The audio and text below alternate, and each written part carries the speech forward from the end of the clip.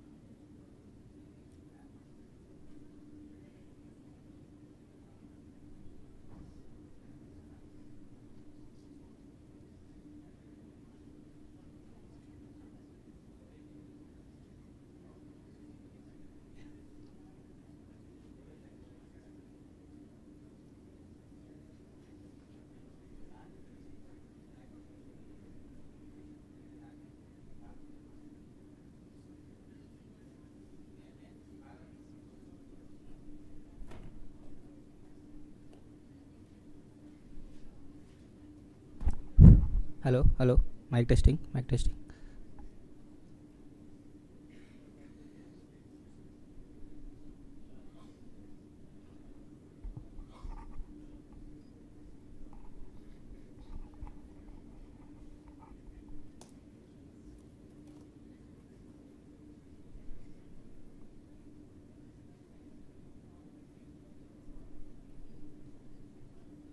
Hello, వస్తుందా అన్న?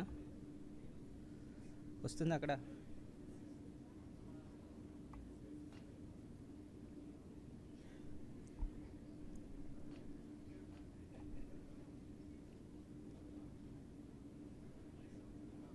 Hello, mic testing 1 2 3.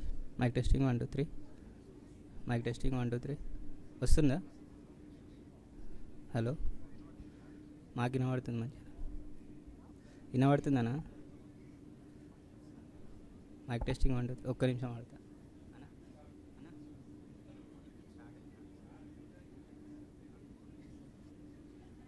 అన్న ఇక్కడ స్టార్ట్ అయిందంటే వస్తుందంట చూడు.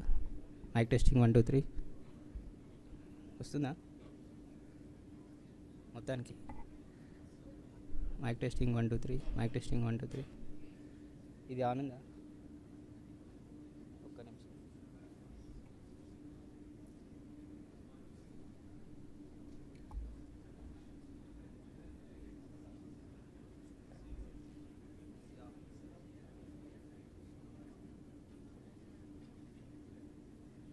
ఏం వినబడతలేదా? వస్తుందా ఇప్పుడు? Mic testing 1 2 3. వస్తుందా? Mic testing 1 2 3. ఆ డిలే వస్తుంది మరి. వస్తుందండి? వస్తుంది కదా? ఇది ఆఫ్ ఉందండి. వస్తుందా ఇప్పుడు? Hello,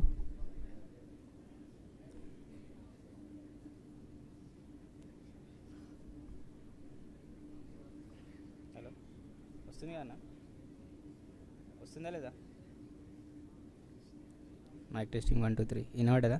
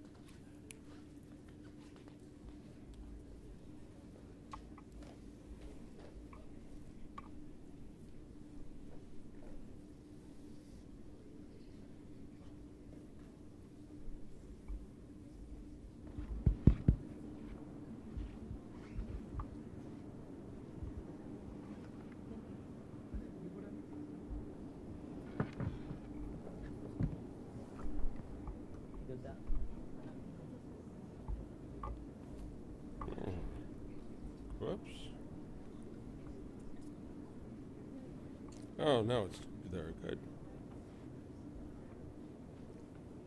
Okay. No, that won't go forward and back from here. The top part. Yep. Good. And what is this?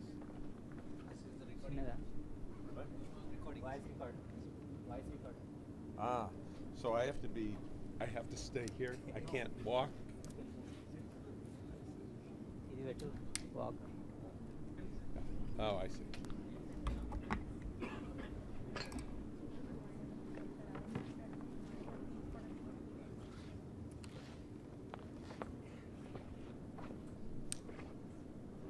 You want me to wear that?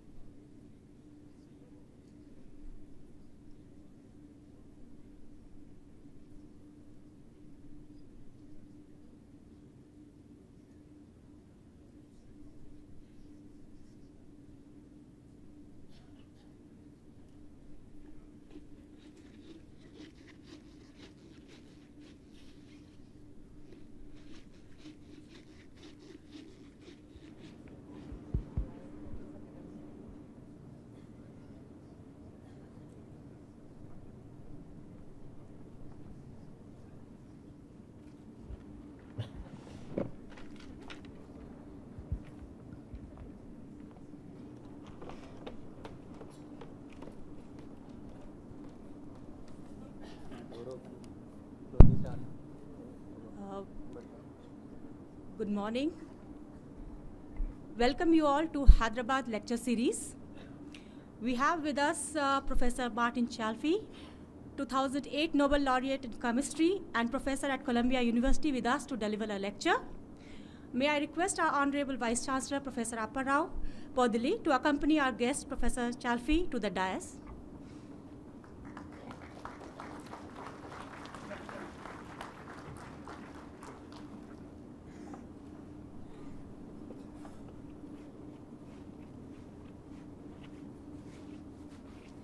And I also request Professor Podili to take over the proceedings.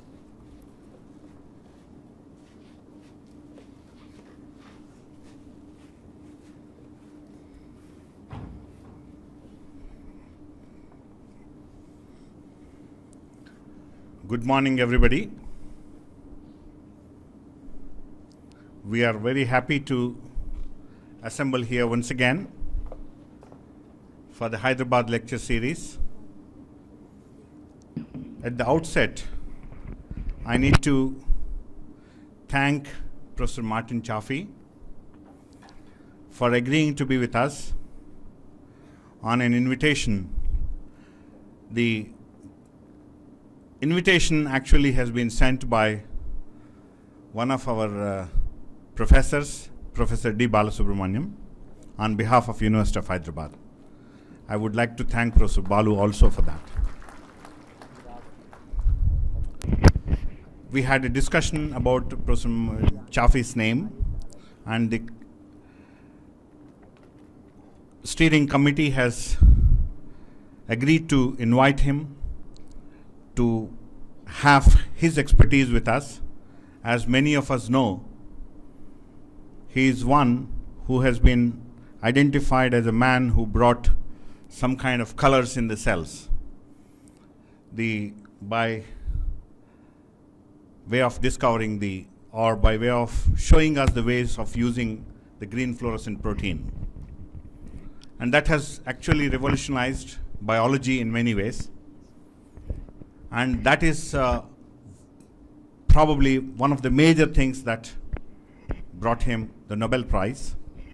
And I want to thank, on behalf of everybody in the beginning itself, Professor Martin Chalfie for agreeing. And I know it has been a hectic schedule for him for the past 3 days. Yesterday, day before, also has been very busy. And today, again, he is busy with us.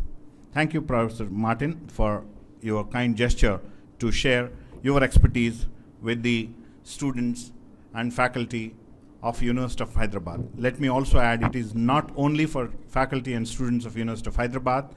This Hyderabad lecture series is meant for the institutions in Hyderabad. All the institutions, we try to reach out whenever we have a distinguished speaker like you. And as I mentioned to you a couple of minutes before, the Institutes Regulatory and Development Authority of India has set up an endowment fund with the university to make use of or to have the benefit of the knowledge of the experts from anywhere in the world, to invite them to Hyderabad and then make it available or make these lectures open for the people in Hyderabad. And therefore, we have in the audience not only the faculty and students from University of Hyderabad, we have distinguished scientists from different organizations, and we also have the students and faculty from different universities and colleges in the city. Let me also inform you that it is not only in this room that the audience are sitting. There's the next room, and there's the seminar hall in the School of Life Sciences that also is full now. Both the rooms are full, and the participants are there as well. And I would like to thank all of you for taking your time and coming here to listen to Professor Martin Chalfie. I don't want to take more time. I only want a detailed introduction to be given by Professor Sarmishta Banerjee about Martin Chalfie to all the audience. Let us welcome Martin Chalfie with a big round of applause.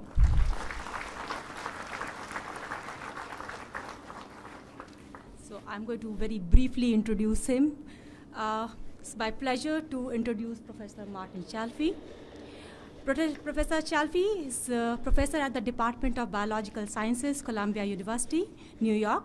Is the recipient of 2008 Nobel Prize in Chemistry, along with Professor Shimamura and Professor Roger Weitstein, for the discovery and development of the green fluorescent protein.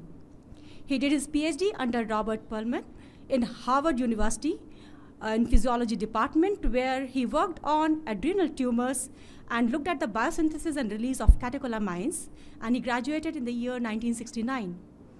After that, Professor Chalfie traveled to England to work with Professor Brenner at the MRC Laboratory of Molecular Biology in Cambridge, where he actually took upon a project which was started by Dr. John Sulston on the genes involved in mechanosensation, a passion which he's carrying even to this day. Working with Sulston, he studied these mutants and the cells that sense touch, and together they identified the first collection of genes needed for touch sensitivity. In 1982, he joined as a faculty of Columbia University, where he performed his Nobel-winning work on green fluorescent protein gene that was earlier isolated in 1992 by Professor Prasher. Dr. Tule Hazelrig, a colleague and also his wife, was among the first to attach GFP to other proteins, demonstrating it as a marker. And we know that the protein GFP since then has become a fundamental tool of cell biology, developmental biology, genetics and neurobiology, and many other studies related to biological sciences to investigate diseases and several processes in model organisms. He also received Golden Goose Award for this work in 2012. Currently at Columbia University, his lab is engaged in investigating various aspects of nerve cell development and function using nematode C. elegans as a model organism. They work on neuronal degeneration, microtubule structure and function, and channel structures and functions as well. They are currently studying the genes that act to transduce touch. A fellow of American Academy of Arts and Sciences.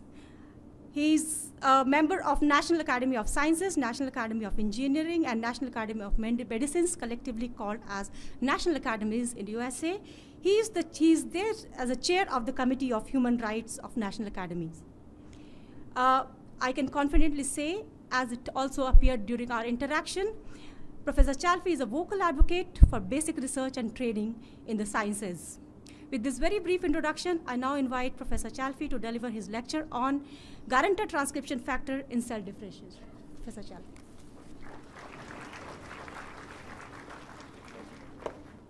Thank you. Is this on now? You can hear it? Good. Because I tend to roam a little bit away from the podium. Thank you. I really appreciate the introductions and the opportunity of being here. It has been a sort of hectic couple of days, but one of the things I'm really excited about is some of the other talks I've given have been about the past. This is what we're currently excited about in the lab, so I'm really thrilled.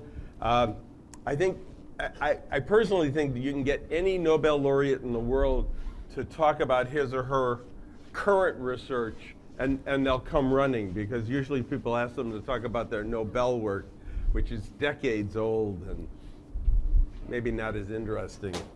But this is a chance I get to talk about general work. But before I do that, I have a little advertisement that I have put in the beginning of all of my talks that I'm going to try to convince you to do something. It's something we do in our lab. I find it very useful, and I would like to have as many people all over the world doing it in their labs, if at all possible. And this started off because I was invited to a meeting chaired by these four people of something called ASAP Bio. ASAP, Accelerating Science and Publication in Biology.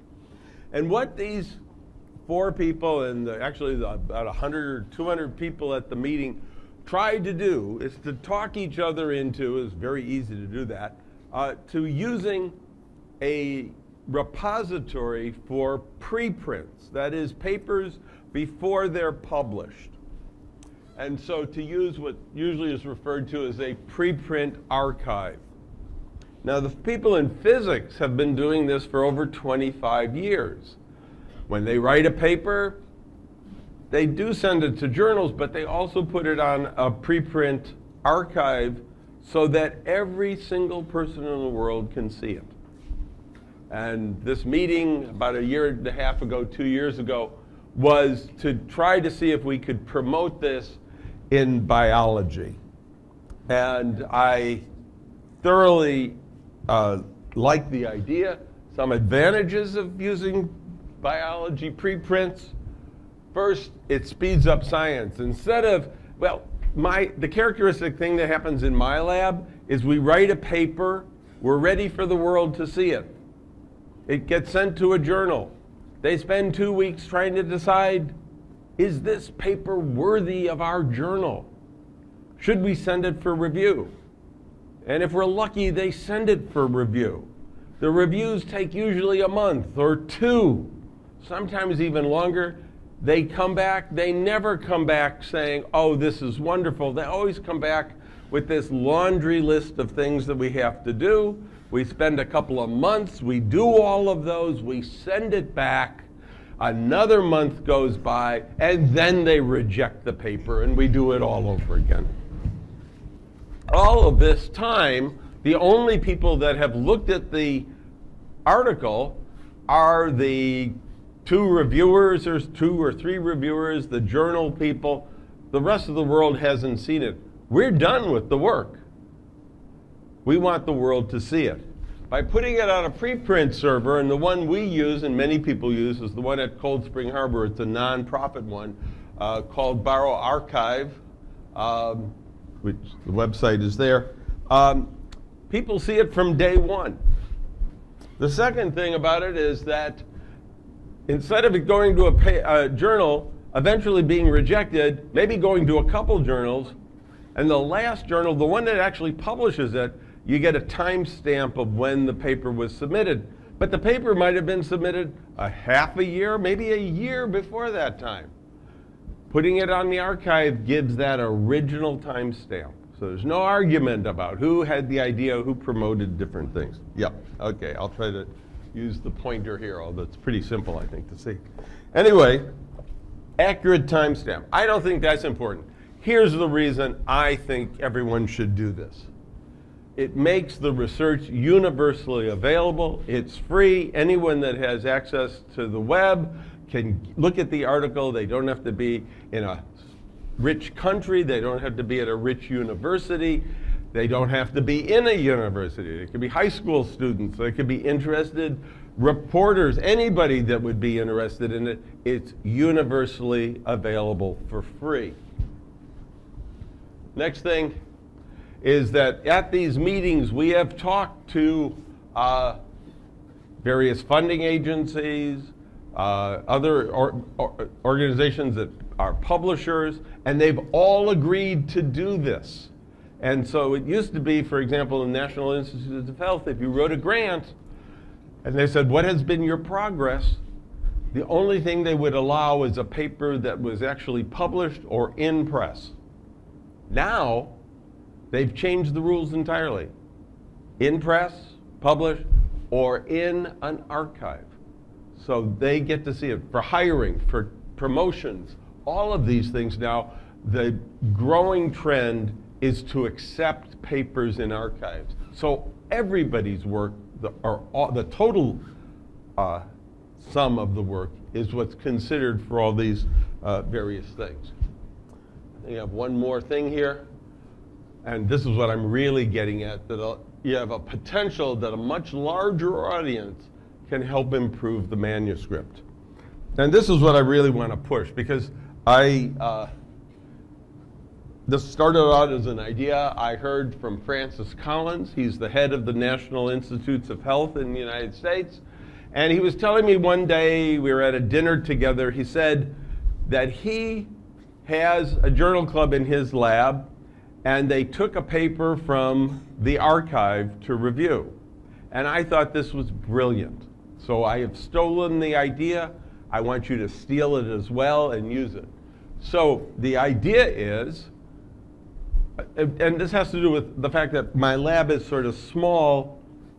People can't really give a lab meeting on their work every week, so we alternate lab meetings talking about the research and a lab meeting in which someone picks a paper from the archive and everybody reads it. Technicians, graduate students, undergraduates, postdocs, myself, everybody in the lab reads it, and we have about an hour-and-a-half discussion about the paper. After we've had this discussion, as I say, it must come from a preprint server, so they're the latest material. After the hour-and-a-half discussion, the person presenting the paper gets all the comments that we have had about it and writes up a summary and sends all that information to the authors. And we say, here, we're trying to be helpful. We have actually looked at your paper. Here are our thoughts about this. If you find them useful, you might want to incorporate some of these ideas in your paper. Or we didn't find this part as understandable as I think you think it is. And we send all the information to the authors, and we also tell the authors about this journal club so they can do it as well. And that they can set up something similar. I also, right now, our standard procedure in the lab is when we have a paper we want to submit for publication, we send it to the journal, and simultaneously we send it to the archive. And when we do that, I then send an email to everyone I imagine might be interested in the results that I know of, and tell them the paper's on the archive, here's the link, and here is what we do. We have a journal club. We don't do this publicly. We don't publish our comments about a paper. We don't put them in a comment section. We simply send them to the authors, hoping that we can be helpful. And so the advantages of this are, first, the lab members are reading the latest material in their field. They're not waiting for something that might have been new a year or more ago. This is the latest information.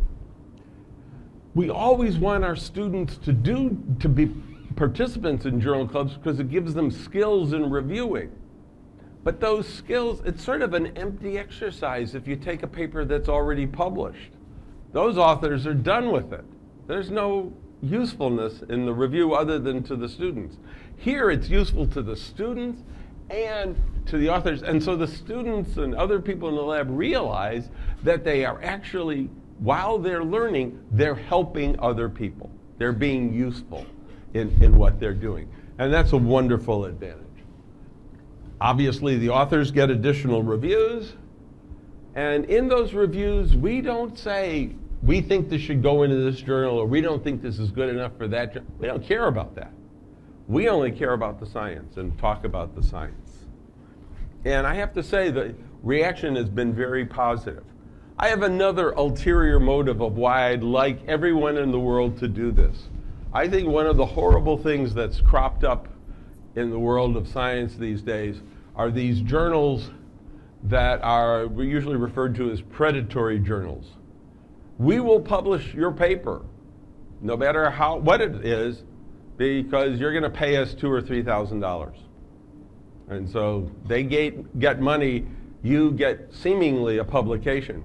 But if everyone is going to be considering papers put on the archive as useful, and it costs $0 to put it on the archive, why would anyone waste their time paying somebody in one of these predatory journals? And so my idea is that if enough people do this, we can get rid of the predatory journals and at the same time really promote sharing and building a sense of community, because we're all in this together. This is not me against you. It's all of us trying to make all of our science as good as it can be. So I really want you to consider doing this, to set these up in your own labs and see how it goes. See if it's not as useful to you as it has been for us. So now I'll give the real talk. So for many years, starting in 1977 in fact, I have been working on the nematode Caenorhabditis elegans and the cells here that are drawn in blue. They're very simple shaped cells. They're nerve cells, and they're the cells that allow this animal to sense touch. Now, the animal as an adult is only 1 millimeter long, so sensing touch in such a tiny animal has required a very sophisticated piece of equipment. We take an eyebrow hair, we glue it to a toothpick. That's the equipment. Under the microscope, if we stroke the animal in the head, it goes backwards. If we stroke it in the tail, it goes forward. If these cells are missing, it doesn't move. So it's very easy to collect mutants that are insensitive to touch. You just tickle them with the eyebrow hair after you've treated them with a chemical, for example, to make mutations, and look for animals that don't move. There's a slight problem with this.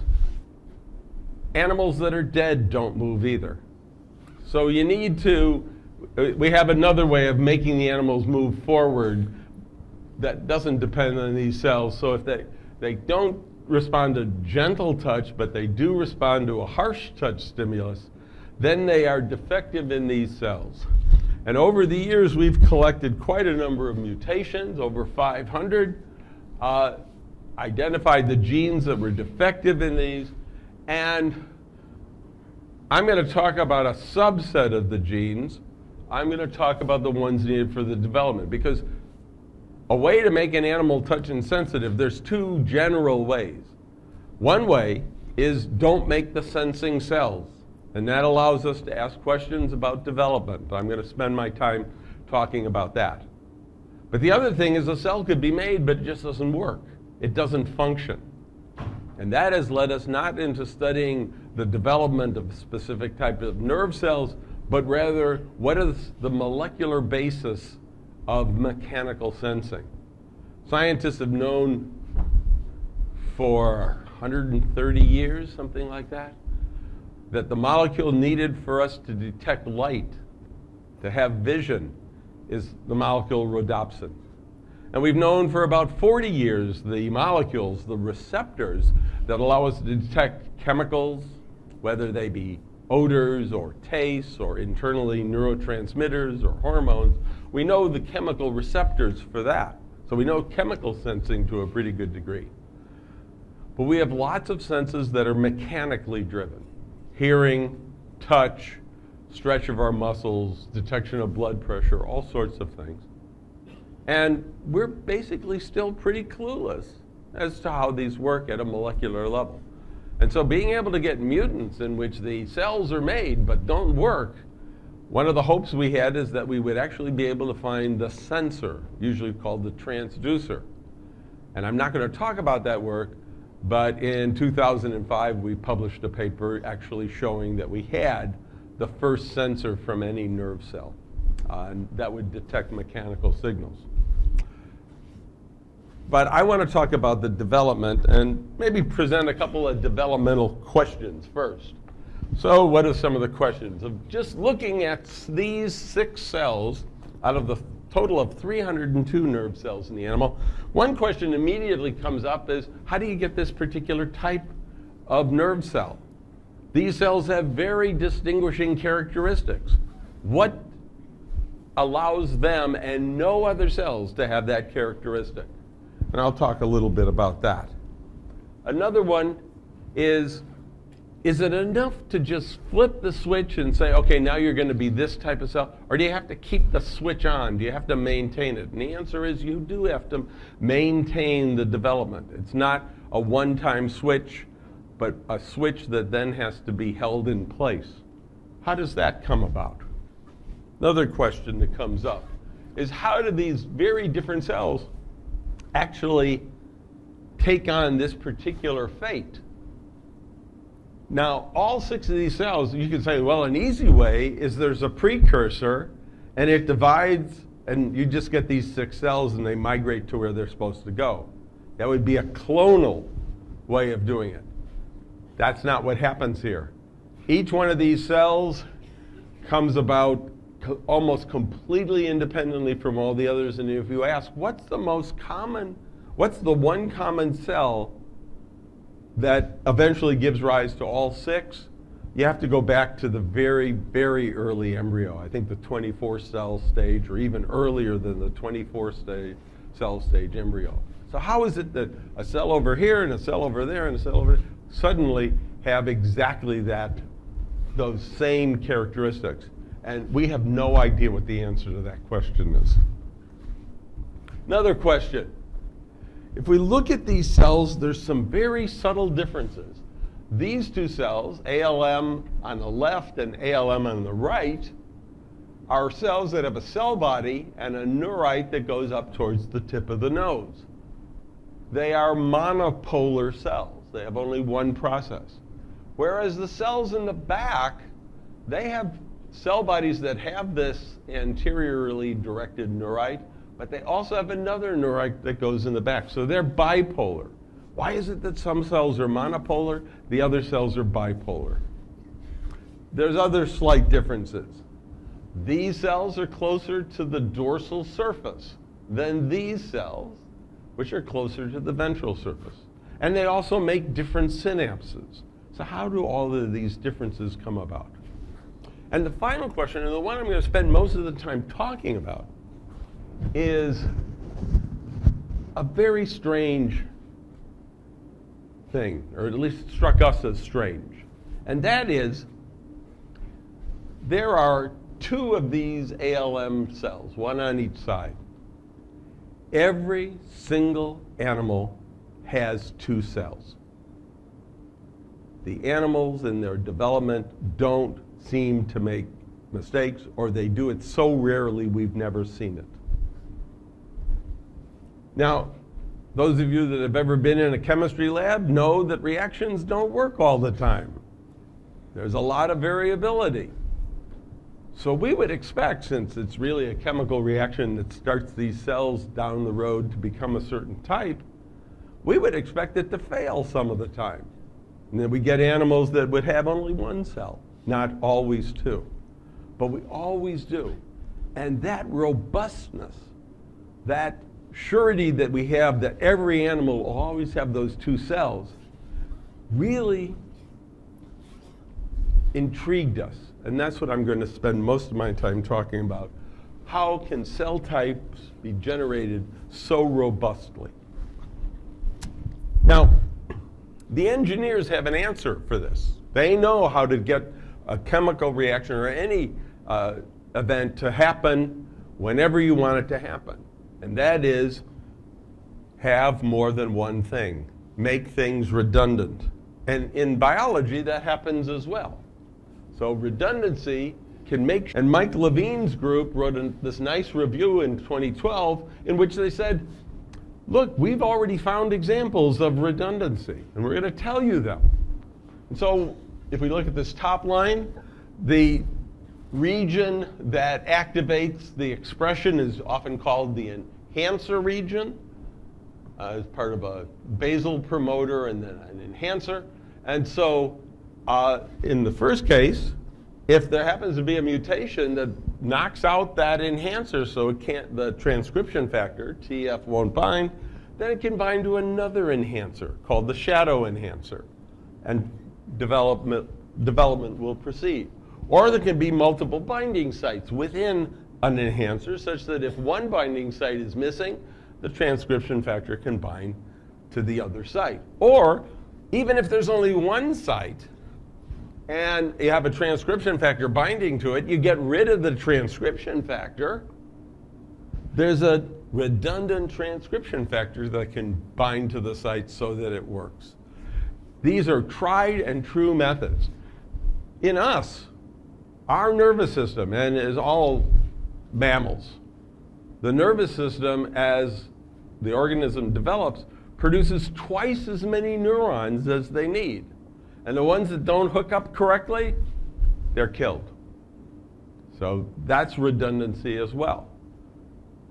But there's a problem with this type of redundancy, and that problem is it works too well.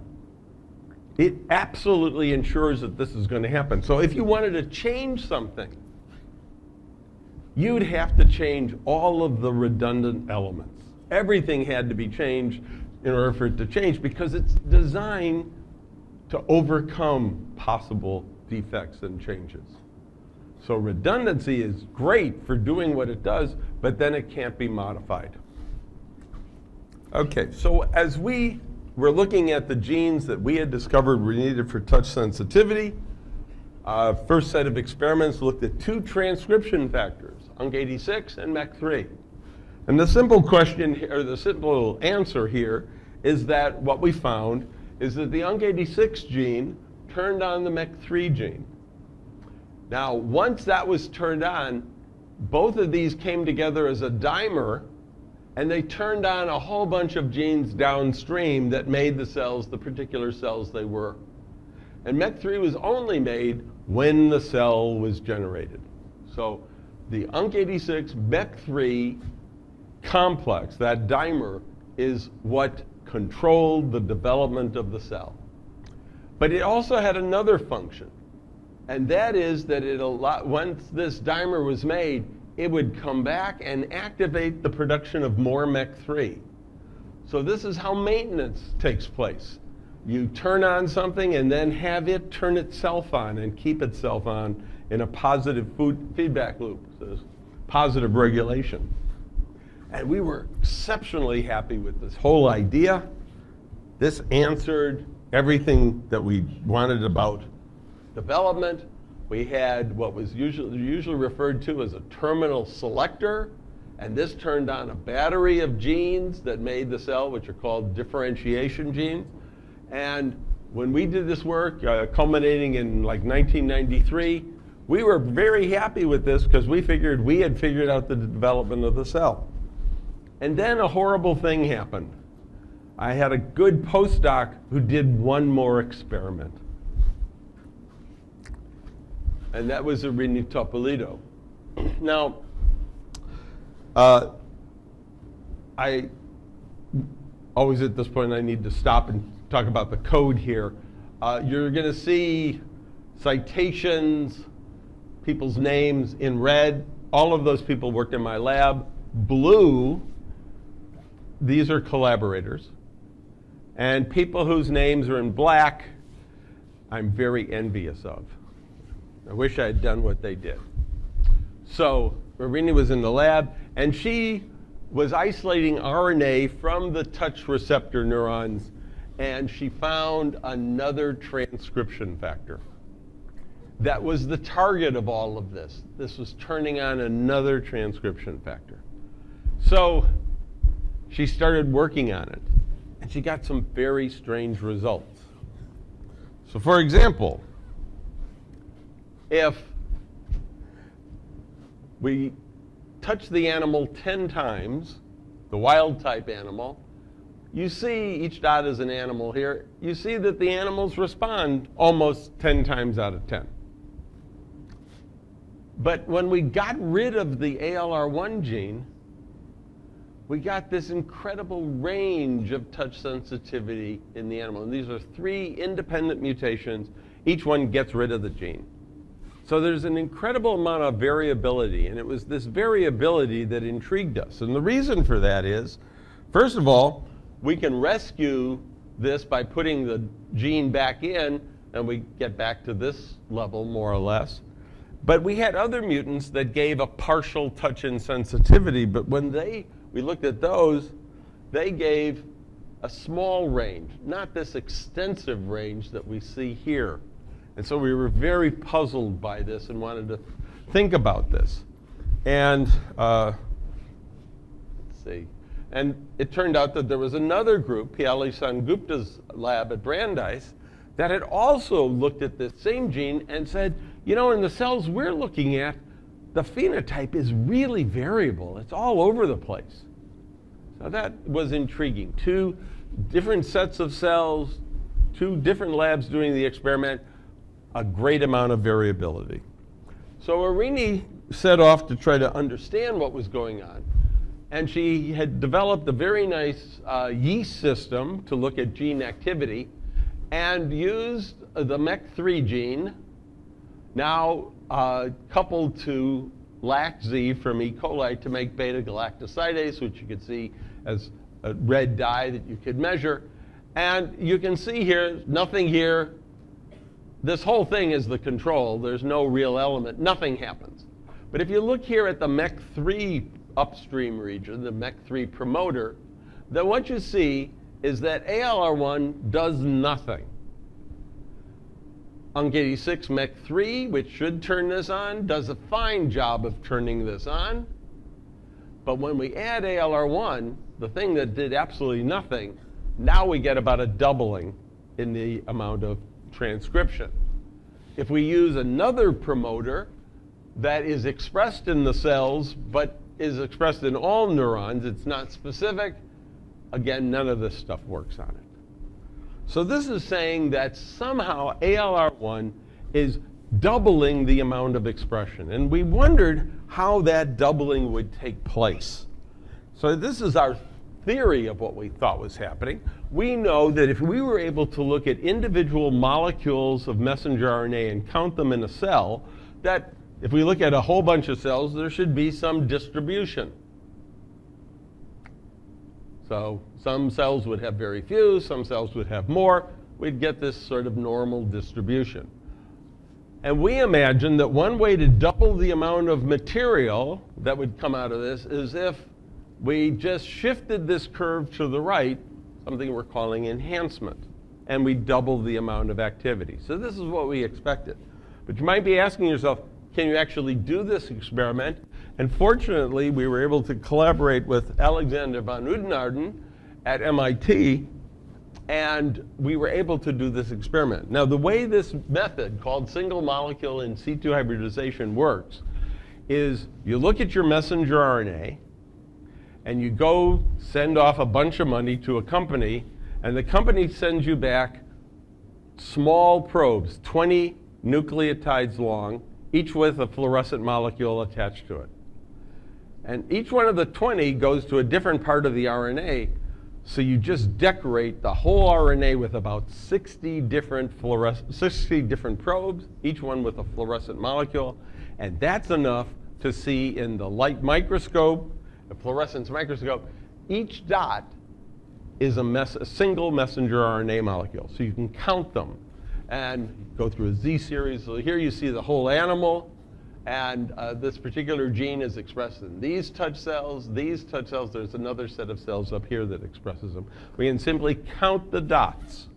And when Irini did that, without ALR1, we got a distribution. Now remember, we want this distribution to head towards the right. But when we looked at that, what we got is we lost the bottom, and we didn't get really much higher up here. We just collapsed this to a much smaller region. In other words, we didn't have enhancement, but we had something we called refinement. And this doubled the amount of expression. But we never really got above what we had had here before. So how do we think about this? I think about this in a very simple-minded way. Actually, I probably think of everything in a very simple-minded way. But the idea is, if concentrations are the same, there are going to be three things that are going to affect transcription. So we have our dimer coming and binding to the DNA. So one thing that's going to be important is the on rate. Another thing that's going to be important is and that's usually diffusion. The off rate, which is going to depend on how well these are stuck here, so what the binding constant is, that's the off rate. And overall, we'll have some sort of equilibrium here. And then once these are bound, they'll have an intrinsic ability to turn the genes on. And so as all these things might vary, you would get this sort of distribution in the cell. But if now you had another component, and ALR1 actually binds right next to the UNC86 MEC3 site, now it could be doing a whole bunch of things. We think it a little unlikely that it's opening up the chromatin because this works without this, so we don't think the on rate is affected. But by providing another binding surface right here, it could keep this from coming off, and so the off rate would be greatly reduced. Or it might actually bring in an additional activation probability that would help things here. But we couldn't get any more activation than having this at its maximal amount. And we'd be able to get this refinement. We think the variability that we're seeing occurs in this region here. That there's just isn't enough MEC3 for the cells to develop, and they develop to a various extent. So an intriguing thing. Transcription factor that doesn't turn on transcription, but is needed for another transcription factor to work optimally. And so we've now added ALR1 to our story here, and we're calling this a guarantor because it guarantees this maximal expression. And we were quite intrigued by this. And then we forgot about it for a couple years. I had a new graduate student come to the lab, and he was very interested in that question about the touch cells being different in the head and the tail. And so he wanted to study that. Now, the minute anyone in developmental biology starts talking about differences between the anterior and the posterior of an organism, the thing that most of us think about is the work of Ed Lewis. He won his Nobel Prize in 1995. Shared the prize, in which he was able to look at development of Drosophila, and he was interested in some fascinating mutants called the homeotic mutants. And these homeotic mutants, if they were defective, sometimes instead of having a normal fly with just a pair of wings and then these small little bits that you can hardly see here called whole tears, now a part of the thorax was changed into the more anterior part, and now you got two pairs of wings, turning the flies into dragonflies, if you will. And so this is a developmental profound developmental change where one part of the animal now develops as another part of the animal.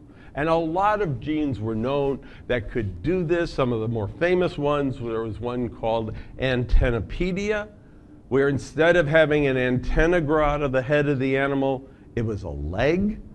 So it had been completely changed. And these were known as important developmental genes. And one of the most astonishing thing about these genes is that they lined up on the chromosome. So that the first one, labial, actually was expressed in the head. Then this is called proboscipedia, deforms, and so on down here. Here's antennapedia. Normally it's expressed down here, but in those mutants it was inadvertently expressed up in the head. You get a leg instead of an antenna. So this was known for this regional specification. And the remarkable thing is that these same genes are found in vertebrates, in us. And they seem to be needed for the development of the different parts of the nervous system. So the same regional specification, very exciting. However, as people have studied these genes more and more, they've discovered that these genes have two functions. One function is this regional specification, anterior going to the posterior. But the other part is that no matter where they're expressed, they're needed for cells to differentiate. So for example, there are airway cells, tracheal cells, in the fruit fly. They are in every part of the fruit fly, but these genes are responsible for making sure they do get made. So there's not a regional difference. It's the same type of cell. It's just being made in all the different places. And as people, Tom Jessel's group among others, have looked in the mammalian nervous system, they have found that there too, these genes, which are usually referred to as Hox genes, are also needed for this general cell differentiation. They're needed for that. So when Xiaogu Zhang started in the lab, he wanted to study originally why the ALM cells were different from the PLM cells. And so he did a series of experiments, many with an undergraduate, Felix Jin, who went on to be the valedictorian of his year. And they looked at the Hox proteins in worms. Now, if you have a photographic memory, you may say, wait a minute, in flies, the red box was before the yellow one. There is a rearrangement here, which makes it a little strange, but they only have 6. So it's a really simplified system. And in fact, of these 6, what Xiaogu and Felix found is that only one, EGL5, is expressed in the tail. The others you can ignore, except for, say, 13, which is this red one, and that is expressed in the head and in the tail. And that sort of followed us up a little bit. And then we realized that this transcription factor needs another transcription factor, a co-transcription factor, which is called usually PBX in flies, and in worms it's called SAY20. And SAY20 is only expressed in the head. So this can only work in these cells. It can't work back here because this is not back here. So we have one that's in the back and one set that's in the front. And they wanted to know what happened. So they took an animal that had a very strong promoter to drive red fluorescent protein. And in a newly hatched animal, they could see, the only 4 cells that are there, they could see these cell bodies very nicely expressing RFP. They are differentiated cells. And they asked, okay, if we put our mutants in this, what do we get? And so this is one result. Here is either a SAY13 or a SAY20 mutant. You still get the nice expression in the tail, but the expression in the head is gone completely. Now I should tell you, I don't have pictures of this, the cells are still there. So the cells have been made, they just do not differentiate as this particular type of cell. So the cell is made, it's there, it doesn't express this downstream function gene. In fact, they looked at many function genes, and the story is always the same. They don't see it. They looked in the tail. Now they got rid of EGL5. And when they get rid of EGL5, now you see the expression in the head, nothing in the tail. So these transcription factors are very definitely needed for the differentiation of these cells. But I've left one important fact out in describing their work. This might lead you, if this happened all the time, it would lead you to think that these are important transcription factors for the development of these cells. Without them, the cells don't differentiate. But that's not true, because these beautiful phenotypes only occur 40% of the time. The rest of the time, the cells are perfect. They don't need these genes. It just doesn't work 40% of the time. 60% of the time, for example, up here in the head, if we had a mutant where these were gone, but the cell was still made, the animals were touch sensitive in the head. So the cells not only have differentiated, they've differentiated all the way to the point of being completely functional without having to have these genes at all. So it only works 40% of the time. And that's when we started to think about ALR1. So we started to do a couple of other experiments, similar to the ones I've already showed you. So for example, we looked at the messenger RNA. So here's the wild type distribution of MEC3. And in, say, 13, we get this bimodal distribution. Some of the cells are absolutely perfect. Say 20, same thing. Some of the cells are absolutely perfect, same sort of distribution. But then we have this population here in which it's really not working at all. And it will not come as a big surprise, I hope, to you to find out that that part is 40% of the animals that we look at, 40% of the cells that we look at. So it's consistent with what we saw with the differentiation. If everything goes well, we're fine. If it doesn't, nothing. They also did this with EGL5, and the same thing happened. Again, 40% didn't differentiate and express this gene, and didn't keep MEC3 going. The rest were just perfect. So they did some more detailed experiments. We have a very small, minimal promoter for MEC3, so it's only 392 base pairs, driving red fluorescent protein. The blue boxes are the ones that bind UNC86 MEC3. The orange boxes are the ones that bind the HOX proteins and their cofactors. And I can tell you that UM1 is unimportant, HP2 is unimportant, but these are very important. And so with this minimal promoter, they were able to show that they could get expression in all of the ALM cells, all of the PLM cells, but if they mutated this site, now they only got about 60. Again, this 40-60 split. Now you might say, well, wait a minute, this is pretty close to that. How do you know that when you interfered with this site, you didn't interfere with that site and it didn't work? Well, we were very fortunate. We have an internal control. You may remember that I said there were 6 touch cells, and now I've just been talking about 2 and 2. There's 2 other touch cells, and we don't know why, but they don't need HOX factors at all. So we can test whether this mutated version is any good by seeing what happens in those other cells. If this is compromised, those other cells won't express, but if it's able to work, then this will be fine. And the answer is perfect. ABM and PBM, the other 2 cells, are expressing even in the mutant. Again, suggesting that this mutation is really the important thing. So we also did the yeast to hybrid, the yeast system, where we took the minimal promoter, put it onto LAC-Z, looked at activity on its own without the MEC3 promoter, nothing. And we have this here, but we have basically nothing here on their own. So in other words, just like ALR1, they are not turning on gene expression on their own.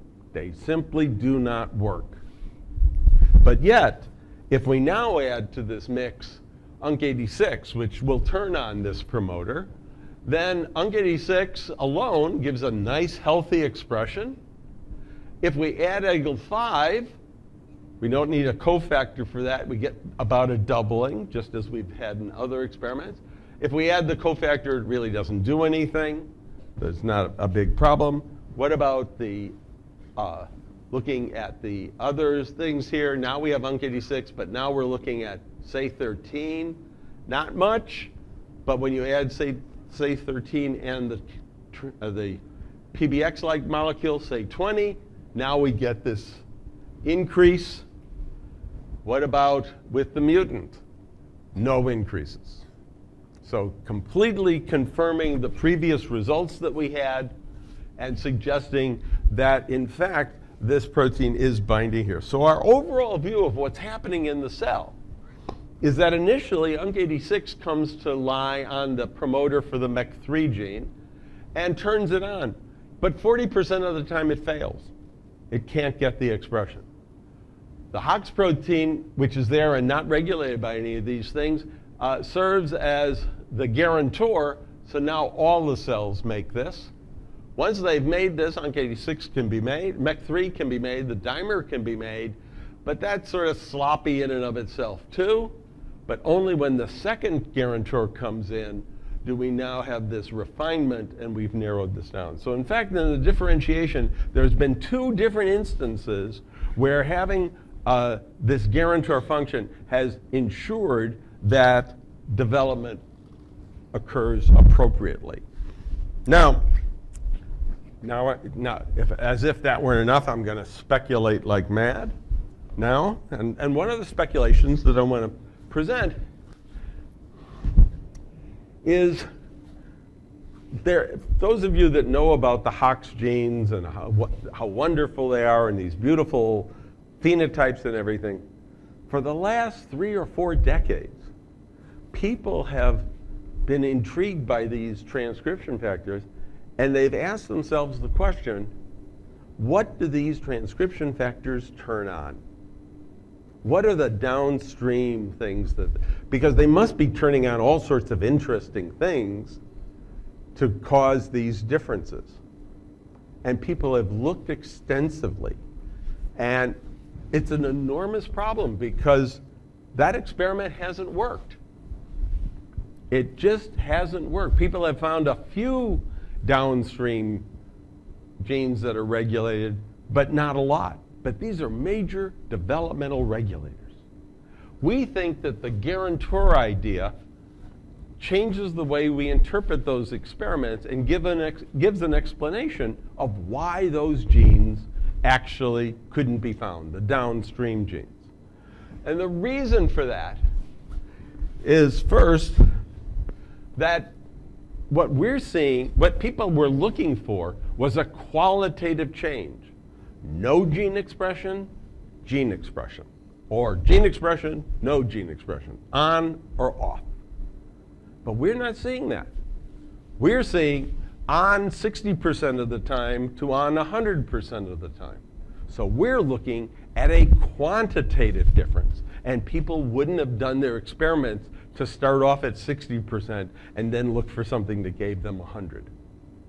So we think that explains why people have not been able to find many downstream genes for this. And then there was a paper just about the time we were doing it, actually by a colleague of ours at our medical school at Columbia, Richard Mann. And in this paper, they were talking about one of the very few targets that is a target for Hox genes. It's called shaven baby. And as you can see here, well, they found 2 different types of binding sites for these Hox proteins. One, they said, for the specific regional expression, we find that we use very weak binding sites, but many of them. And those allow us to have this regional specific expression. And they said, but if you go in and look at what everyone else has said is a Hox binding site, these sites bind all the Hox proteins. They have no specification. They're high affinity sites, but they have no specifications. This was music to our ears because we would say those high affinity sites are guarantor sites that would allow the differentiation no matter what Hox protein was binding, wherever it was within the animal. And so this gave us an idea. Why don't we look for high affinity Hox binding sites, and people have done experiments like this, and then see if they are actually, the genes that have them are actually using them as guarantors. And we've just really started on this project. Actually, it's a main project of an undergraduate, Kenneth Pham, in the lab. And Kenneth has already found a couple of candidate genes and has started to do some experiments, and the preliminary data suggests that there may actually be something about the guarantors acting in muscle differentiation. So not nerve differentiation, but it's still very early, so you should ignore that result, and we'll see what happens later. The other speculation I want to put here is that the guarantors address a question I raised at the beginning of the talk. And that question was, the problem with redundancy is it's hard to change it. But the guarantors provide a single component means of getting robustness. It's not multiple components. And so one could fantasize and say, well, wait a minute.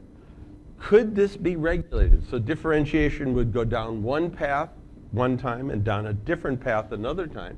Maybe by phosphorylating or acetylating or otherwise modifying the Hox proteins so they either work or don't work as guarantors. And so we're starting to look into this possibility as a way of looking at the regulation of these components as a possible way of having interesting switches in development because these things are guaranteeing robust things. Maybe in some cells, you get 100%, or some organisms, you get 100% of one cell. Other times, it's 50-50 or 60-40. And that would be a possibility. So I'm not sure how much time I have. I don't see a clock here. But I'm going to talk a little bit more because they also went to look to see about the regional specification. This time, Chagou worked with another undergraduate, Marguerite Diaz-Quadras, and she also was the valedictorian. So he's the best trainer of anybody I've ever seen in my life. He's just an unbelievable mentor. And they've all been great in the lab. And they wanted to know about the regional specificity. What about this cell monopolar, this one bipolar, this one more up, this one more down? And what happened, the reasoning was, maybe one of these cells is the fundamental, the ground state, and genes change it from the ground state. So one model is there is a ground state that the posterior cells have, and these genes change it to the anterior fate. Another way, of course, is the opposite, that there's a ground state that these cells are already in, and they're changed to this cell, or there's some strange ground state and both things change it. So when they did the experiment, what they found was, in fact, that's the answer.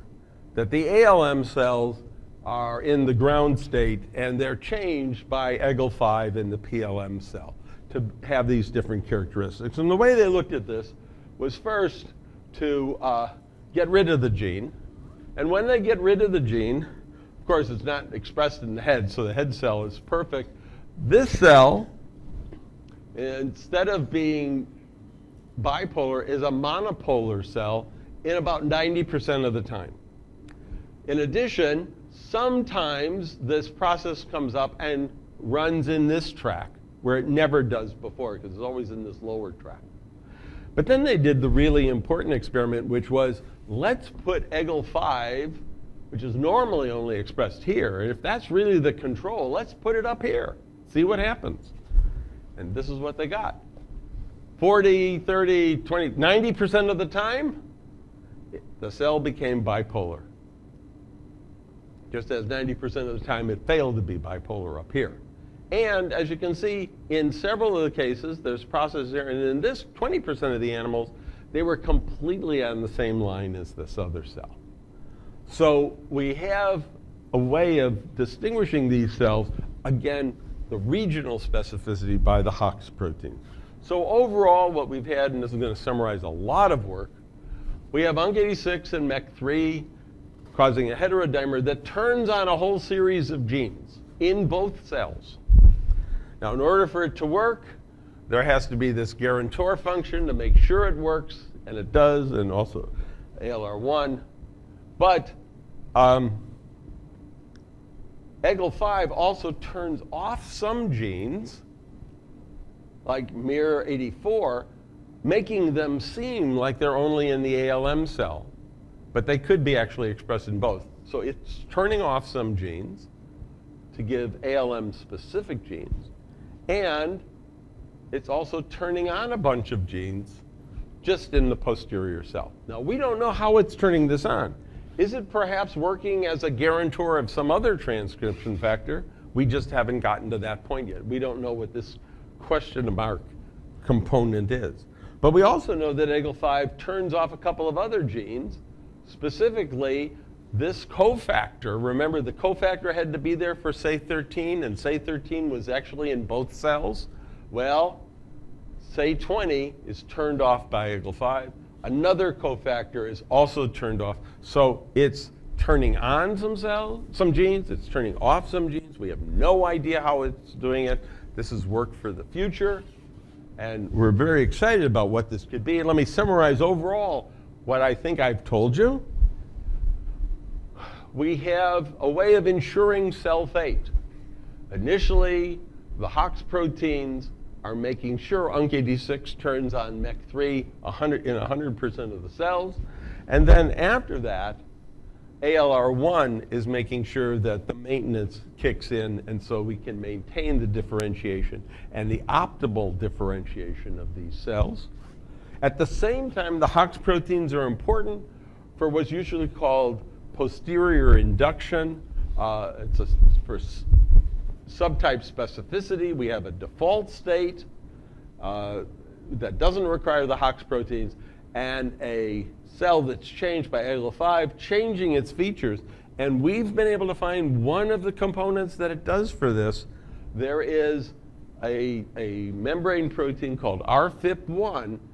If RFIP1 is missing, these cells are in the right place down here, but they're monopolar. If we take RFIP1 even without EGL5 and put RFIP1 in this cell, bipolar. So the bipolarity seems to be due to this final cell. Now I want to say one final thing. And this is the Balu slide now, because he suggested that I add this here.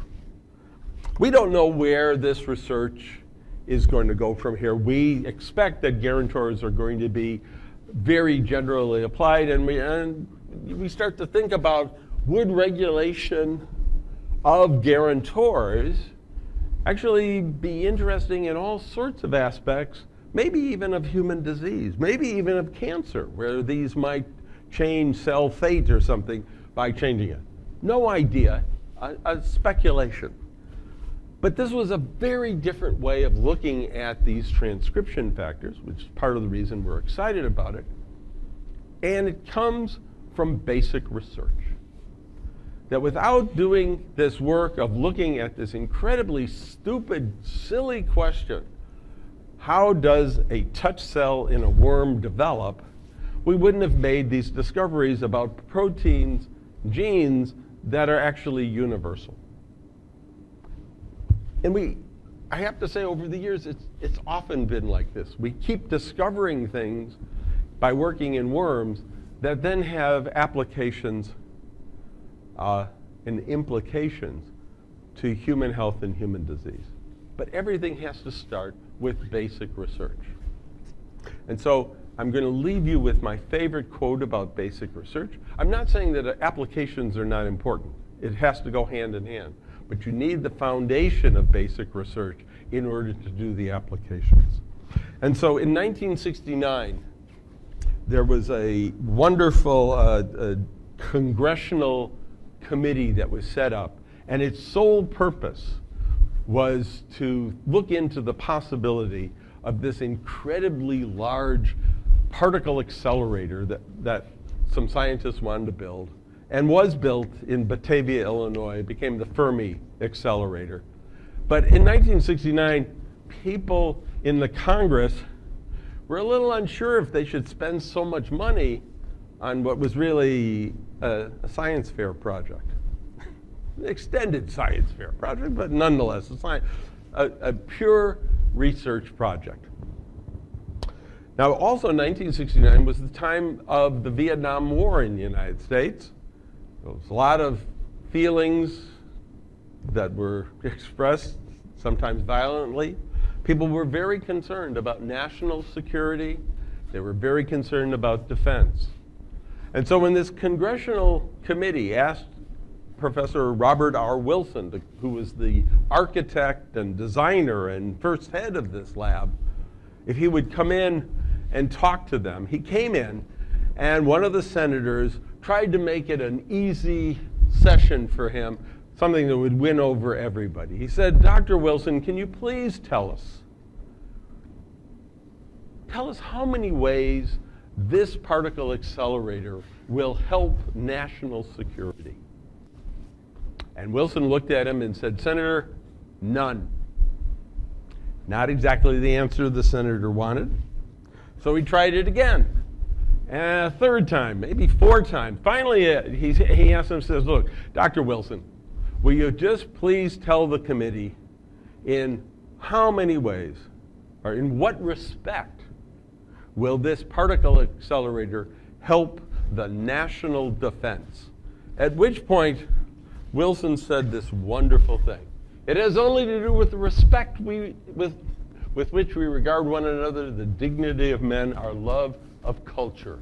It has to do with whether we are good painters, good sculptors, great poets. I mean all the things we really venerate in our country and are patriotic about. It has nothing to do directly with defending the country, except to make it worth defending." Thank you very much.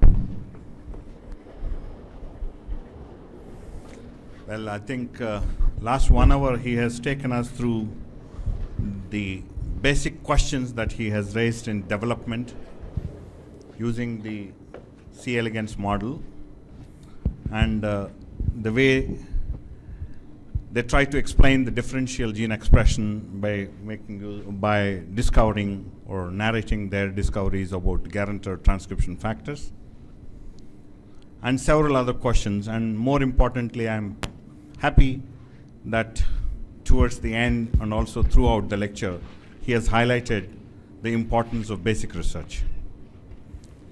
Thank you, Professor Martin, for the wonderful lecture. I'm sure you will be glad to answer a few questions. Now, the floor is open for questions, if any one of you want to ask something.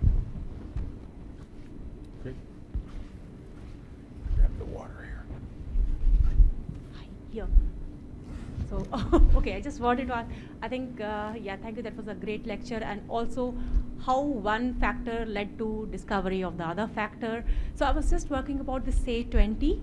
So are you also looking at how that expression is regulated, and if when this EGL5 was knocked out, that affected the expression of SAY20 in the cell? In the posterior cell, yes, it does. It does. Yes. So, but now that our FIP1 precedes that, are you also looking that that also can may regulate?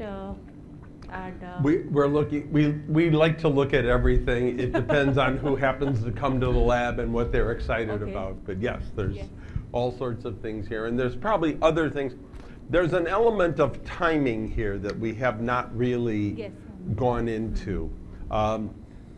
Taking that ALR1 story, if it was as simple as I said, something binding to the DNA and coming off and coming back on, then you might expect that without ALR1, things would change, right? It would come on, it would come off, and so we did that experiment. We looked at the animals and we said, how many times out of 10 do they respond? Some of them, as you saw, responded most of the time, some of them few times out of 10. And then we said, what happens the next day? And what happens the next day? And basically, it just stays steady. If it's low first, it's low all the way through. If it's high first, it stays high. And that suggests that maybe something is clamping the whole system at the very beginning when it's expressed. It's not over a long period of time. So we're very curious about sort of a critical period for this happening and trying to understand how that takes place. So there's too many questions, which is sort of fun. Yeah. Ronald. It is a very interesting and excellent talk. I have two questions, maybe they are related. The first question is, even in the presence of the guarantor transcription factor, we still see a Gaussian distribution, although over a narrow range. So why is that? What is your thought on that? That is the first question. The second question is, would you like to explain the penetrance of a mutation in this light? Penetrance of a mutation in this light. Okay, so the first thing is that all the other, I imagine, that all the other biological events are taking place and that there is going to be some variability. That even if something is locked in place, it may have a particular type of probability. Other, who knows what other molecules bump into it or so. So you're going to get some sort of distribution. The incredible thing here is how, in both cases, that distribution has been narrowed. So it's a little bit looking at a glass half empty and half full, right? I think you're looking at, well, it's still distributed, and I'm looking at, wow, it doesn't have this junk here. So I think there's going to be some variability, but what these have done is narrowed the variability such that the output is ensured. The other question was, does this explain penetrance? Penetrance. So for those of you that aren't geneticists, we often talk about a phenotype as being is changing by expressivity and penetrance. And to give you a very gross example, if you had something that was needed to make fingers, a completely penetrant would have 5 fingers on everybody's hand, but a mutant that didn't have this might it might be missing 1 finger or 3 fingers or some other set of it, but there would be a missing finger all the time. Expressivity is how many fingers are left. So that's the variability but the penetrance is how many of the animals with the genotype or organisms with the genotype have the phenotype, and 100%, so variable penetrance. So this is sort of an expressivity change rather than a penetrance change, but after all, they sort of run together because eventually, you might have no effect on some and then a graded effect all the way through. What we were really surprised about was the extent of the expressivity, the change, the variability in the expressivity. That's what gave us our first clue that this might be something interesting to look at. So, do you think that alternative splicing may have a role in the functioning of these guarantor proteins or alternative splicing? Because sometimes maybe it can be speculated that if one guarantor may not work or the cell produces another one, so what do you think? So you're raising an interesting point about whether guarantors are actually redundant as well. Are they actually and the answer is I don't know. I tend not to think that they are.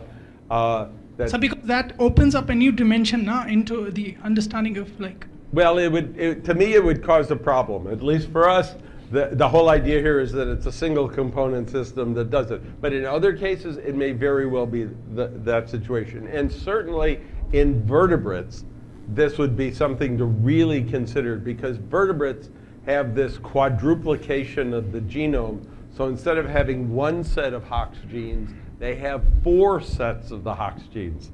So for many of the Hox genes, there's actually 4 different genes that encode the same thing. And so they are absolutely known to be redundant. Mario Capecchi at Utah did experiments on mice in which he eliminated these genes, and you look at gene expression, what's made from a given gene, it's all over the place. But you get rid of it, only a few cells are affected. And that's because the redundancy, there were other cells that did it. So there could very well be redundancy. To me, that just adds another complication. Okay, thank you. The one in the second last row. Yeah, that was an excellent talk, Professor. And I work on C. elegans, and I thoroughly enjoyed your talk. So my question is, although one could expect the basic touch response would be the same for both the sexes, I was wondering, did you check any sex-specific responses, like whether you have a different response for male compared to the hermaphrodite? So we did not do that. I'm sure we looked at it. Shagu did look at it to some extent, but not extensively. So it could be, but these cells don't have any sexual dimorphism to them. And the Hox proteins are expressed basically the same way in both sexes. So at the moment, that's a lower priority, but I have a vague memory that we actually did look at that, but not sure. The one this side. So there is 6 neuron cells. If the mRNA levels of these 6 cells are homogeneous, or what is the quantitative measurement? It is some cells have the higher mRNA levels as compared to other one. If you conditionally remove some specific mRNA, for example ALR, it will transfer for example 6 cells is there. If you remove this mRNA 3 cells, what will be the fate? It will transfer the mRNAs already expressing in the 3 cells to other cells? Okay, so I'm not sure I entirely understand your question, but I'll try to answer what I think I think I have it. So what you're asking is, what if 3 of the cells were gone? Would there be other cells that would take their place? Sort of a developmental regulation. And although some things like that happen in C. elegans, it does not happen in the C. elegans nervous system. So there's a particular cell called the anchor cell. 2 cells are made. Either one could be the anchor cell. If one is killed, the other one becomes the anchor cell. It's a skin cell. So there is that sort of developmental replacement, but not in this system. If we kill these cells, there's nothing that replaces them. If we kill the precursor to the cell, there's nothing that some other cell then comes to differentiate like that. In addition, if you were saying, do any of the cells release something that actually affects others, they do have neurohormones in them, but that not to become another touch-sensing cell. Okay, thank you. Yeah. Okay. There's a woman right there. Where is that? Yes.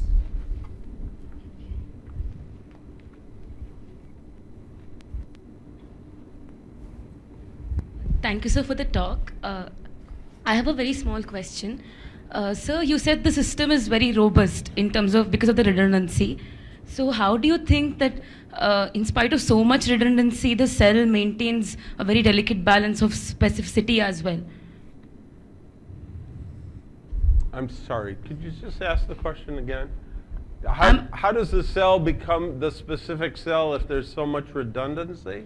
No, sir. No. I'm talking about transcription factors transcribing. Yeah. So not all transcription factors can transcribe every gene. So yes. How do they, like, in spite of the redundancy, how do they maintain the specificity?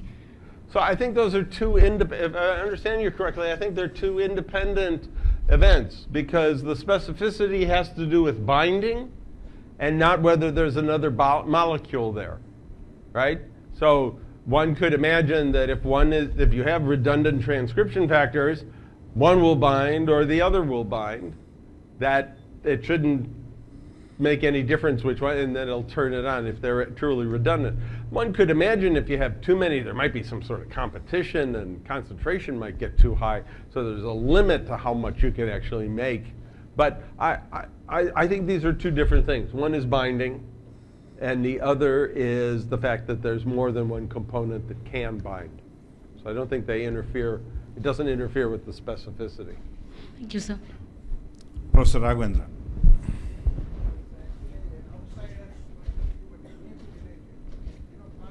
I can't hear you, I'm sorry. Plants are also be quite touch sensitive, like Mimosa purica. I think we have Mimosa. Mimosa. Yeah. And then what I understand is when you touch some of these touch sensitive ion channels, they push ions out so that the just leaf droops down. But do you have any comments on this touch sensors? I know that people like Elizabeth Haswell have been looking for years at the mechanosensing components in plants. It has proven to be a very difficult area, but it's not one that I'm very knowledgeable in, so I can't comment about these things. Why tendrils tend to come and wrap themselves around things, and when they hit a post, they start moving around them. Why mimosa plants, Venus flytraps, the things that have overt movement when you touch them, that, how those things work. I could probably learn much more from you guys than I would be able to say up here. At the moment, the current thinking about eukaryotic animal touch receptors has come from experiments that we've done, but way before we did it. What's his name? I'm blanking on the guy's name.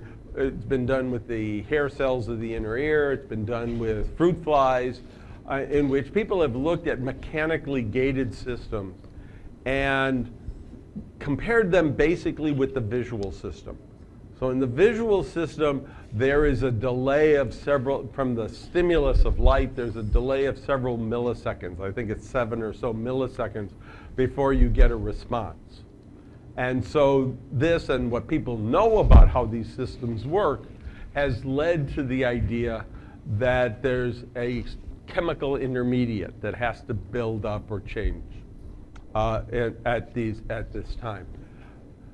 But for mechanically gated systems, they work in less than a half a millisecond, and that suggests that there's no possible way for a chemical intermediate.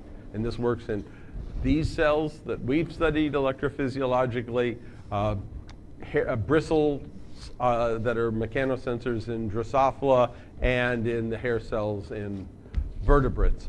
And so that has led to the thought that the mechanosensing component is actually a channel that's directly opened or closed, so that it's the change in ions which can occur much faster than a millisecond.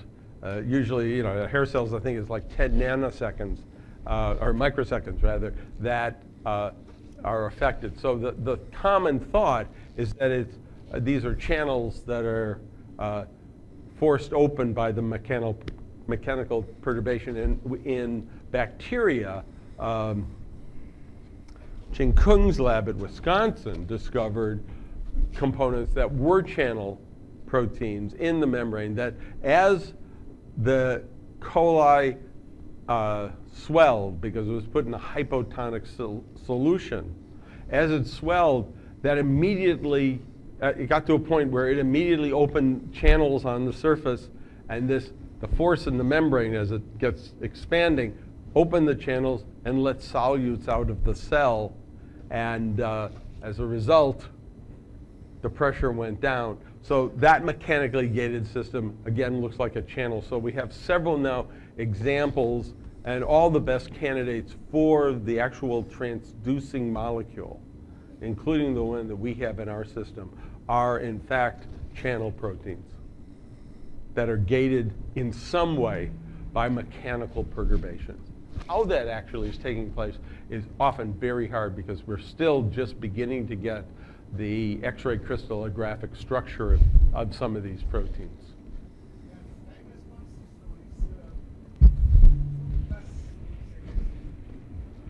Yeah. Yeah. Okay. Please take a seat. On behalf of University of Hyderabad and on behalf of everybody here and also on behalf of those who have been watching live stream and on behalf of the IRDA, I have the pleasure of honoring our guest, our speaker, Professor Martin Chalfie, with a small memento and a tradition of a shawl. A shawl. Wow.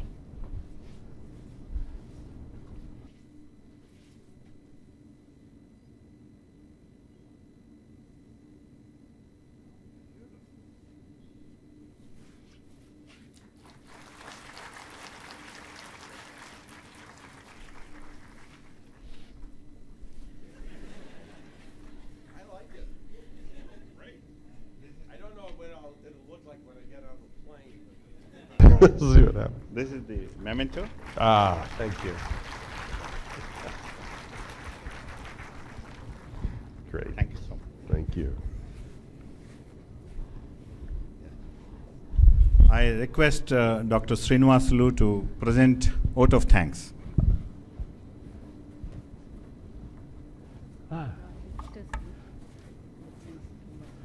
Thank you, sir. It's my privilege to propose vote of thanks on this occasion. On behalf of the organizing committee, I extend my sincere gratitude to Professor Martin Chalfie for visiting University of Hyderabad and delivering a talk in Hyderabad lecture as a part of Hyderabad lecture series.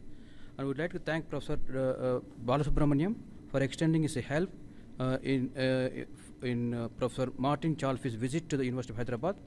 We are grateful to Insurance Regulatory and Development Authority of India, IRDI, for sponsoring Nobel lecture Professor Martin's visit as part of Hyderabad lecture series 2018.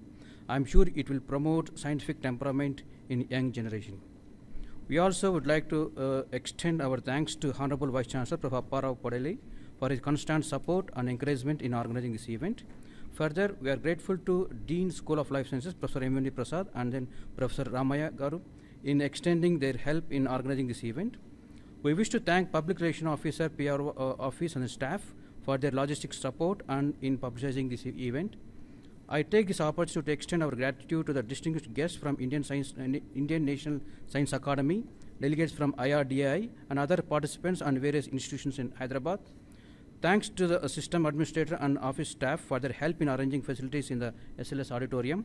And we appreciate all student volunteers for their enthusiasm and their help in organizing this event.